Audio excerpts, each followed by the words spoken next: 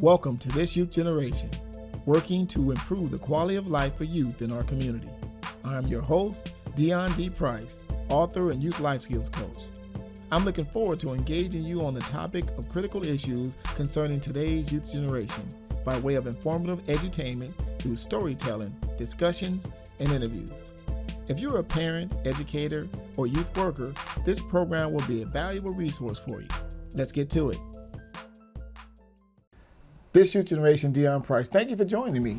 Today's podcast is based on a column that was written and originally published in June of 2019. The subject is This Youth Generation, is old school or new school best for raising children in today's generation? There's some different perspectives from some professionals and some people from this generation as well as generations of the past. I have my thoughts and opinions from a personal and professional perspective. And this is a debate that has been going on for quite some time. Is old school or new school parenting best for raising a child? To add a little context to the story, let's go from the pages of Raising Hell. When I was 7 or 8 years old, my older brother and I, who was about 3 years older than me, we decided to go to the neighborhood supermarket, a little mini market called Empire Market in South Central LA at the time. We went into this store and decided we were going to take a little something. You know, we went in there and decided to take walnuts. Now, why we chose walnuts, I don't know. We went to the produce section, just being mischievous little kids. We went in there and walked out of that store with walnuts stuffed in each one of our pockets. It was so many walnuts in my pocket I could barely walk. I don't know how we thought we were going to make it out of this store without anybody noticing. We walked about 10 feet.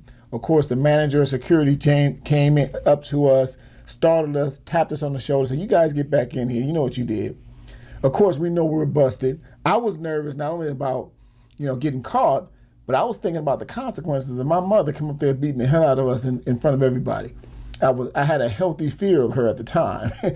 But he sat us in the office, called my mom, and it was the most nerve-wracking and stressful 15 minutes of my life. I was contemplating, hey, look, let's just call the cops and I'll take my chances with the LAPD. But mom got there and surprisingly, she wasn't as wrathful. She was very respectful to the manager, thanked him for notifying her and walked us out of the store and wasn't as viciously angry as I thought she was, which was puzzling to me. But she was more upset on our way home at what we stole as opposed to the fact that we were stealing. She was pissed off at the fact that, her own words, of all the crap in the store, y'all gonna steal some freaking nuts? Some nuts? Are you kidding me? She was serious. She said, well, you gonna steal something we can use, like some meat, hot water, electricity, steal something we can use. She was that pissed. But as we got home, it was even more puzzling because we didn't get an immediate, which I thought, old school beat down, which I've seen before. We've had the experience, extension cords, switches, anything. But she let us marinate on that, which has really made it even more nerve-wracking to me because the anticipation is worse than the beating itself, right? But dinner comes around. We all sitting around, my sisters and the whole family, brothers and us around sitting around dinner.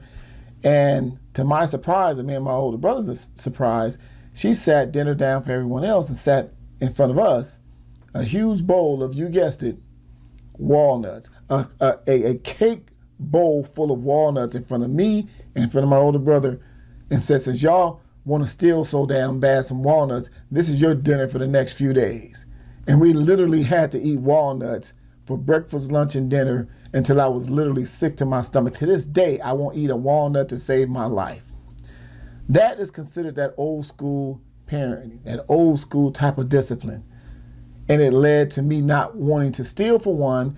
It did its part. It did its job. That discipline helped me realize that stealing wasn't for me. Number one, I wasn't good at it. And number two, that's the lesson I learned from that type of discipline. Some people think that's abusive. Some people may consider it excessive. And this is from the pages of Raising Hell. We can all learn from some of our childhood experiences. But let's talk about this, different styles of old school, new school parenting, and what is more effective for today's youth generation. So some old school tactics may be considered abuse by today's standards. considering the changing culture, socioeconomic backgrounds, generations, and the new laws with stricter laws on what is considered child abuse. In some cases, has definitely changed the climate and changed the environment in terms of what parents are allowed to do. Different styles of parenting. For example, old school versus new school, things that are happening now may be considered a little bit too passive in terms of old school parenting.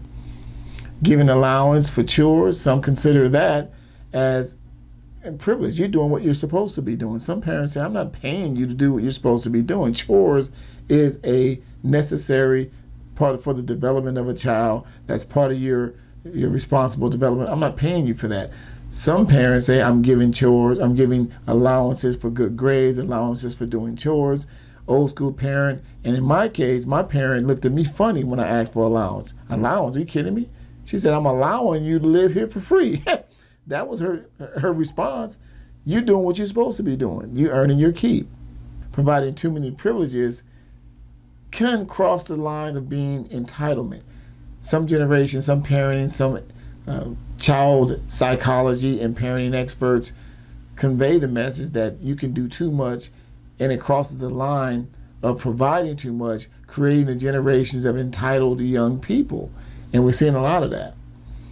Also allowing children to voice their opinions versus talking back. There's a fine line between those.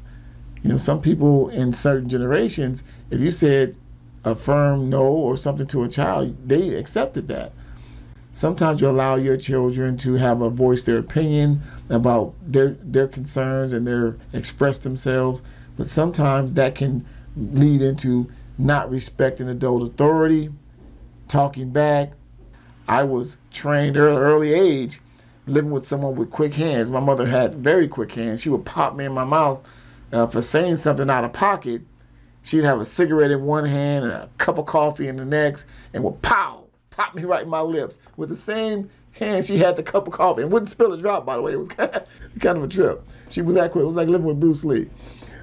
I couldn't say anything to her out of pocket, but yes, ma'am. Some people think that's oppressive, that's adultism, that's abusive. But we've changed in terms of what we consider parenting versus what we consider abuse and being a little bit too aggressive. So there's definitely two schools of thoughts, and we'll delve into some of those things with some people and some resources that say some of these things are beneficial, some of these things are detriment to a child, to be a little bit too excessive. And we'll find out what best, depending on where you fall, but we'll throw it out there and see what's best in terms of old school versus new school parenting. So again, this podcast episode was based on the This Youth Generation column series that's published bi-weekly. This particular column on the subject matter of old school versus new school parenting style. And it sparked a very healthy conversation, some feedback, and some good, interesting dialogue on the subject matter. We have some different opinions from different perspectives, certainly the traditional style versus the modern style. So let's get some readers' feedback. Reader by the name of Tweeden writes, old school all the way, but being able to talk to them in a respectful way. I don't believe in using belts, but a strong hand to the rear end works wonders. Today's kids are disrespectful. Parents are afraid of them. If you start when they're young, you won't have to worry later in life. My kids grew up saying Mr. and Mrs., yes, please, and thank you, and they grew up to be pretty well-rounded, upstanding citizens. If they were ever disrespectful, they would apologize and be sent to bed early. And my grandkids are being brought up the same way. Like I said, I don't believe in beatings, but by showing them who's boss, instead of them thinking they are, they will go much further in life. Ms. Tweeden, that's definitely the perspective of the old school generation, saying, okay, parenting from a strong disciplinary perspective. But nowadays, it's just a little different. Parents have to be a little bit more lenient because the laws and the environment has changed. We've, in a way, as parents, parents have lost their authority because of the very restrictive parenting rules and regulations, of fear of being labeled a abusive parent or too aggressive, or the fear of catching a case. Matter of fact, this whole school of thought, this whole podcast should be called How to Parent Without Catching a Case. So I concur, I agree, but you have to be careful with that old school style of parenting. And more to come on that disciplinary. We're going to have a follow-up podcast on the issue of spanking versus beating and physical discipline in itself. More to come on that. Another reader, C.D. Brooks, writes, parenting, the operative word. Old or new, they have to be present first. Many parents forget their kids learn from them just during everyday activities, like riding in the car with them or their interactions during and after with others. They aren't born with bad attitudes, bad manners, speaking foul language, and mean-spirited thoughts. Respect matters. Kindness matters. Ethics matter. Real parents are aware of that. They practice it early and often. They watch what they say and how they say it. The main influence of a child, the first teachers, the first influencer should be the parents. That's ideal. And most parents who are responsible put that their form of discipline, their form of influence and their guidance, and as much as possible. However, we live in an environment right now that is saturated with distractions and other influences, particularly with social media and all of the many forms of distractions and influences that can occur. It's almost impossible nowadays for the parent to be the primary influencer. All we can do is set that solid foundation, as you alluded to in your feedback here. Set the foundation, morals, ethics, and hope that down the line they will follow your lead. That's all we can do. Thanks for your feedback. Another reader, SK, writes, another good column, Mr. Price. I second old school. When our son, now 44, was a kid, that led to nearly all our arguments. Me being the bad cop and my wife being the sucker good cop. She once said to me, he doesn't listen to you because he loves you. He listens to you because he's afraid of you. My reply, good. Pain is more efficient. New school has led to the ever-increasing disrespect for adults and the need for more prisons.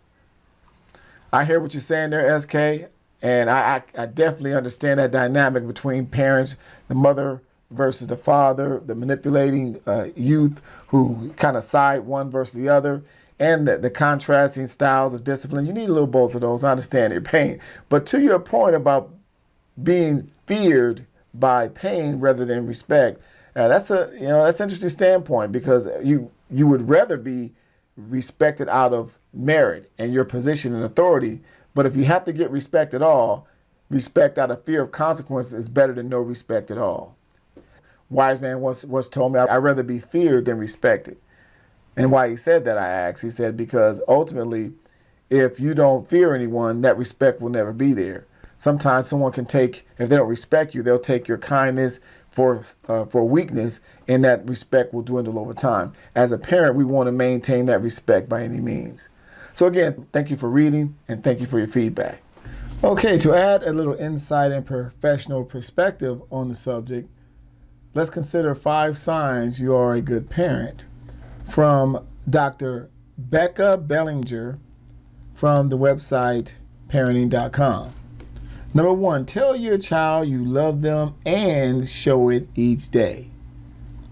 Kids need to hear from their parents that they are loved. Make it a habit to tell your child daily that you love them. Even if your family didn't say this or doesn't say the L word often and are uncomfortable saying it to your own children, start out slowly and choose a specific time of day or night or before going off to school or for some long periods of time, just to say it. Over time, it'll become normal. You can also communicate your love through your actions. Loving actions can be putting your arm around a child, giving them a little bit of a hug every now and then. I totally concur nowadays with the stressful things that's going on in the world. A little gestures of love, letting your child know that you love them, letting them, even when they get a certain age. I have teenagers, and every now and then I give them a little affection on their way out, or tell them I love them, or send them a message, or even give them a hug every now and then. They can never be too old to get that type of love, and that kind of solidifies some bonding between you, and it's healthy. It's healthy. A hug every now and then is healthy for everyone. Number 2, you parent with a purpose, not out of formality, anger, or convenience. According to Dr. Bellinger, Always remember the modern parenting rule and parent every day in every situation with a pre-designed plan in mind. For example, in other words, be proactive, not reactive. That's not parent in terms of I'm reacting to a behavior pattern. Be proactive. So prepare your child for these things might occur. Prepare them for embracing their hormonal changes. Prepare them for the consequences of their actions. Prepare them for them not being disciplined enough to finish their homework, what that will result in. Prepare them to make them disciplined enough to use moderations and self-control. Prepare them how dangerous addictions and lack of self-control is. That's being proactive as opposed to reactive. So I totally agree with Dr. Bellinger's thought on this talk. Parent with the purpose, out of formality. Parent with the purpose, be proactive, not reactive. Number 3, you have a family routines as well. You have family routines as well as special family rituals. Family routines are actually different from rituals. A family routine is a systematic structure of behaviors that families use to organize and complete daily activities, spend time together, and have fun. Every family has its own unique routines that serve that individual's family's passions, values, and beliefs. Routines help family members know who should do what, when, and where, and how often. Routines serve to get the daily routine or running of the household complete. So I agree with this. Some families have family cleaning days. I know a good friend of mine who talks about every day, every morning, they had family cleaning days in the morning time. We put music on the backgrounds in our household.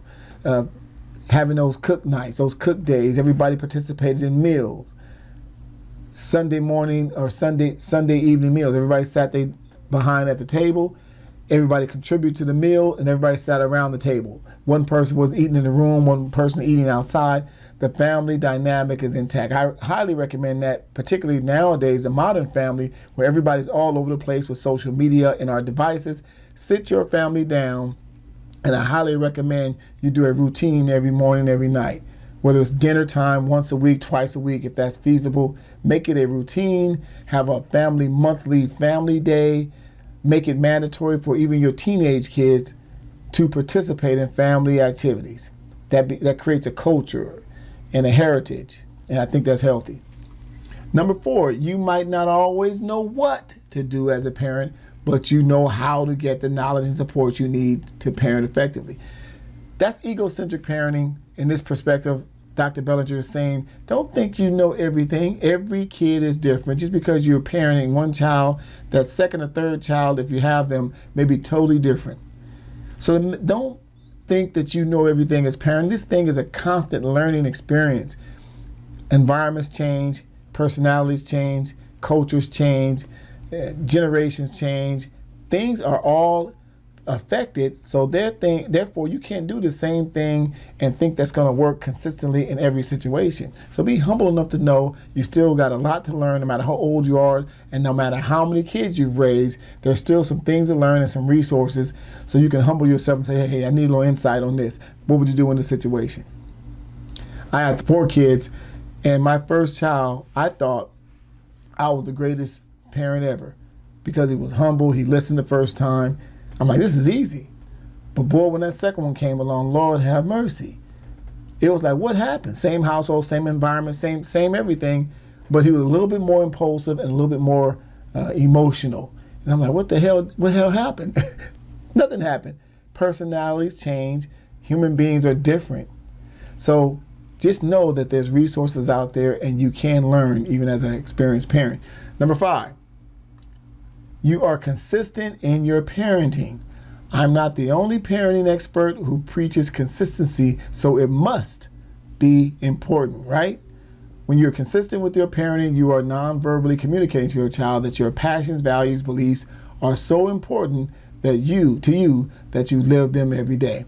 Dr. Bellinger's right on the money there. Consistency is absolutely vital in every aspect of parenting, not only in parenting, but in teaching and any capacity working with youth, whether you're a youth worker, a parent, a mentor, what have you, a coach. You have to be consistent. Be consistent, and that sets the foundation. Consistency sets the tone for the environment, and it makes them makes you authentic in what you're saying to them. So there's no ambiguity, there's no gray area, you're consistent. I understand that there's circumstances that may change your decisions and the way you do things, but if they feel that you're consistent, they'll trust your decisions and they'll say, at least he was right on, at least he was consistent, at least he was being authentic. Consistency is absolutely, it also sets a foundation of structure when you are consistent. You go to bed at a certain time, you get up at a certain time, you go to school, you set parameters. That, for example, mine, there's no video games during the week.